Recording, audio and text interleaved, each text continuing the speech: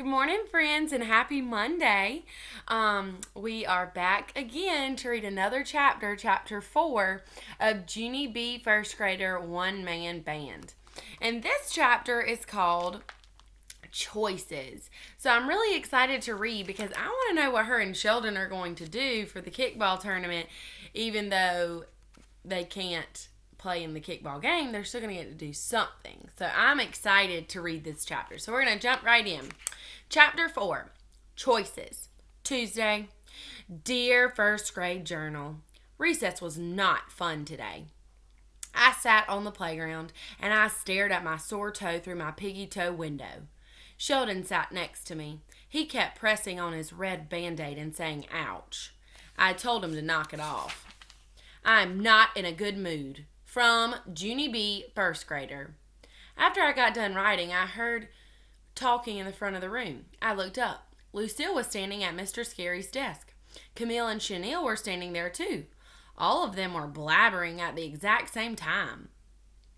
Mr. Scary covered his ears. Finally, he said, whoa, whoa, whoa, at them, and he pointed for them to sit back down. After that, Mr. Scary stood up, and he walked to the front of the room. Boys and girls, it has come to my attention that not everyone in room 1 wants to play in the kickball tournament, he said. His eyes glanced over to Camille and Chanel.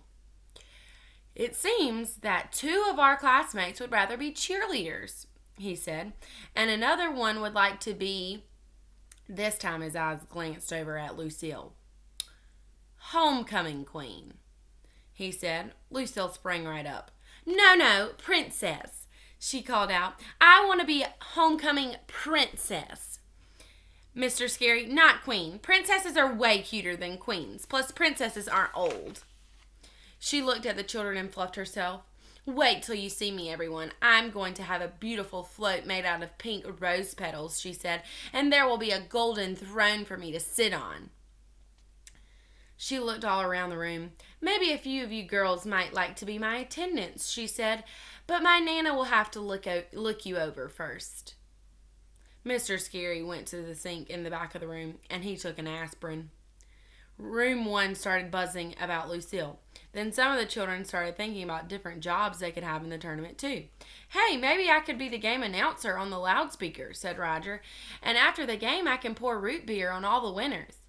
Yeah, said Shirley, and I could sell Rice Krispie treats. My mother says those things are all profit. Just then, May jumped up. And I could do crowd control, she called out, because I already have a badge at home, and so all I need is a big stick to poke people with, and a gas mask. Mr. Scary took another aspirin. Then he walked back to his desk, and he took a deep breath. Okay. Here's the best I'm going to do for you guys, he said. I'll give everyone in here 2 choices of jobs. You can either play in the game as part of the team, or you can be a cheerleader. But that's it. That's my best offer. Lucille stood up at her desk. She flounced her dress very upset, and then she plopped back down again. After that, Sheldon stood up and pointed to his Band-Aid. But what about this, Mr. Scary? Have you forgotten about my injury, he asked. I can't play in the game, remember? And cheerleading is just for girls. Mr. Scary frowned. Well, that's not actually true, Sheldon. Lots of colleges have male cheerleaders, he said. But since you and Junie B both have injuries, I'll let you 2 pick different jobs to do in the tournament, okay? That would only be fair. Sheldon looked relieved. Yes, he said, I was hoping you'd say that, because I already know what I'm going to do. He quick climbed out on his chair and made an announcement. I'm going to do a halftime show. I'm going to do a halftime show, he shouted. Mr. Scary grabbed him and put him back in his seat. A halftime show? He said, kind of curious. Sheldon nodded real fast. Yes, he said, because my dad used to play the cymbals in his high school band, and he already has taught me how. Plus, he still has his band uniform, so my mother can fix it to fit me, and then I can march and play the cymbals like a real professional band guy. Sheldon clapped his hands together. And wait, here's another idea.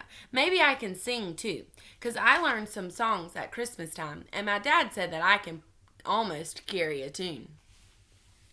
Mr. Scary smiled. You know what, Sheldon? I think that's a fine idea, he said. In fact, I think a little halftime entertainment would be excellent. Sheldon clapped some more. Yay! I'll start practicing as soon as I get home, he said. Mr. Scary smiled again, and then he raised his eyebrows and looked back at me. So, Junie B, what do you think? If Sheldon does a halftime show, would you like to be in it too? He asked. I bet playing an instrument wouldn't be too hard on your sore toe, and I'm sure Sheldon would be happy to have another band member. I did a loud groan. Oh, and then I put my head back on my desk and I covered it up with my sweater again.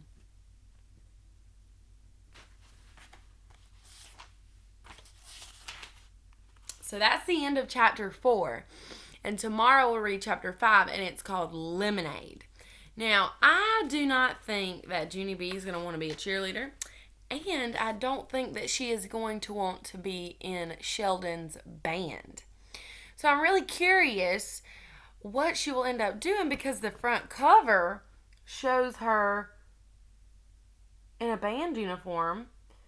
And the story is called One Man Band. But if it was her and Sheldon, that would be 2 people. So I'm really curious what is going to happen. But we'll read chapter 5 tomorrow, and it is called Lemonade. And today is Monday, so that means that you need to be working on 1 math assignment, 1 reading assignment, and 1 science or social studies assignment. So you have 3 assignments to do today. And you can always log on to Epic and read. You can log on to Freckle and do some work on there. And if iExcel and iReady do not work, do not stress, just get on Freckle, okay? So, I will see you back here tomorrow. Bye!